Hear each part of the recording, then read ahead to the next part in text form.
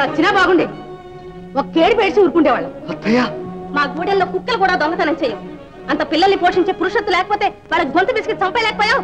ఈ పాడు పని చేసే కంటే మాయా తప్పుడు పనులు చేసి గొప్పగా బతికిన ఈ గుడిలో మమ్మల్ని బతికుండగానే చంపేశావు. చేసి సిగ్గులేదు. చింత చెట్టు కట్టేసి చిత్తక పొడిచారుగా, అప్పుడే సచ్చింది చిగ్గు. అపోయ్ మా గొప్ప తప్పు చేసావా ఈ దొంగని కట్టుకుని. కృష్ణ సిగ్గులేదు నాన్న పిలవడానికి. పదండి లోపలికి.